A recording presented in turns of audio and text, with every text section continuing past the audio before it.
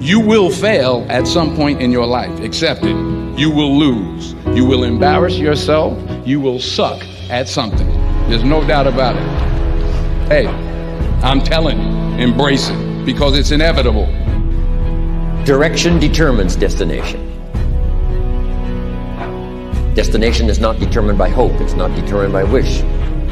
Destination is determined by direction. You know, every time you lose at something, you're one step closer to winning the next time. The difference between successful people and not successful people are people give up. People wake up every morning, they have doubt, they have fear, they lose in a Ferrari race or they lose in a race, and then they just give up. The hardest thing in life to learn is to lose. Winning's easy. You win, you're happy, you get a high five, your friends are happy. It's your ability to take a loss, get up the next day, dust yourself off, and keep going. I have lost at everything you can imagine. Seriously, I have been beat up and put down, and everything that can go wrong has gone wrong for me, but I just kept going. But here's the thing. I didn't quit. I didn't fall back. I suggest to you that if you are facing a challenge, don't stop. Stay busy. Work your plan. Continue to do those things that you know that work for you after you have evaluated yourself in the situation. Continue to move. Stay busy, stay busy, stay busy. I prayed. I prayed. And I prayed. But I continued to fail and fail and fail. But it didn't matter because you know what? There's an old saying, you hang around the barbershop long enough, sooner or later you're going to get a haircut. So you will catch a break, and I did catch a break. If you constantly remind yourself, after every defeat, after every setback, every time you get knocked down, I've got a saying, if life knocks you down, try and land on your back, because if you can look up, you can get up. See, a lot of people, because of failure, they stop believing. Let me share something with you. You will fail your way to success. Yes, 8 out of 10 millionaires have been financially bankrupt. You will fail your way to success. It doesn't matter how many times you fail. It doesn't matter how many times people tell you that you can't do it. It doesn't matter if you don't have a dime in the bank. You will fail your way to success. You cannot change destination overnight. You cannot change destination overnight. Which means you can't arrive at a 5 years from now place tomorrow. But here's what you can change today, and overnight you can change direction. One of the biggest challenges for people is everybody wants a better quality of life. Everybody wants life to be greater, but almost all of us get stuck at times where something stops us, something prevents us from doing something that we really are capable of doing.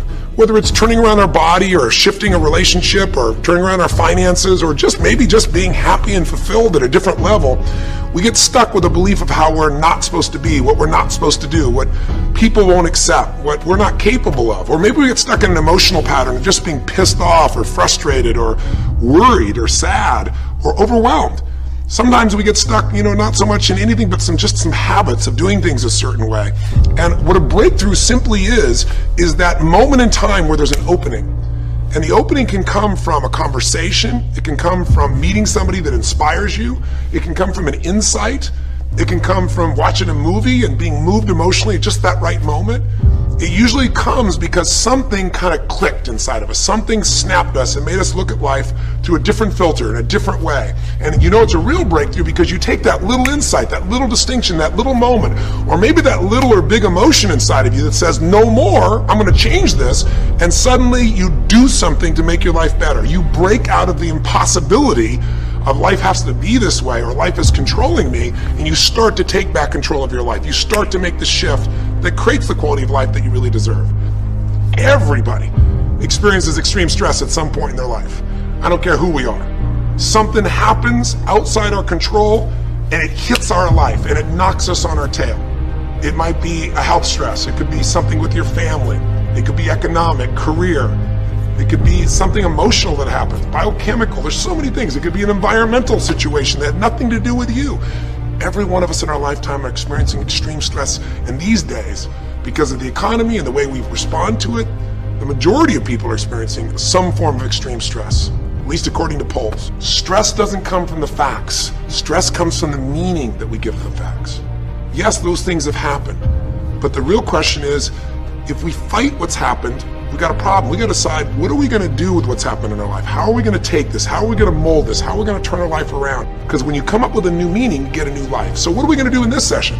Well, in this session, we're going to take a look at something from a different perspective. We're going to ask you this question. What is the single force that controls the quality of your life? If there was one gift our Creator has given us, or the universe, whatever you believe, what is it? What is the one power that you have right now in this moment that can change everything? You have it, I have it, we all have it. It's this one singular individual power that can change anything in our life, regardless of what's happened to us. And I know you know the answer. The answer is the power of choice. The one thing we have in this world is we can't control the events, but we can choose what to focus on, we can choose what things mean, and we can choose what to do. Those three choices, those three decisions really control our life. It's not so much the conditions of our life that control our destiny as much as the decisions of our life. Try for a second to think about something. Think about your life and just think about, are there a few decisions? If I were to ask you 2 decisions you've made in your life, you know, that if you would have made a different decision, you would have had a totally different life. But you won't be able to do it when you're telling yourself the sky is falling and it's over. When you see it worse than it is, you'll just give up. You won't do it if you don't tell yourself the truth is, you know what, this system isn't working. I got to do something. I got to change my finances. I got to change my job. I got to reach. If you don't tell yourself the truth and deal with the truth, the real truth, nothing's going to happen. When you fight life and go, I should be a singer and not a mom, and you got 5 kids, you got a problem. When you fight life and say, you know, the economy should be different, you're going to be stressed. Deal with what is, without exaggeration, with total honesty, dealing with the cards, coming up with a vision, finding yourself a role model that shows your strategy, work your tail off, give, keep changing your approach, and you can get where you want to go. Make sense? Whatever you have produced, it came out of you as a result of the kind of person that you have become. It's a result of your choices. It's a result of your consciousness. Now you have to ask yourself, are you satisfied with what you have produced? Is this what you want? Would you like for things to be better than this? Do you believe that you deserve better than this? Or are you content? This is it. You don't have to do anything else. That you already resign yourself in life and say, well, I'm happy. I'm not starving like the people in Calcutta.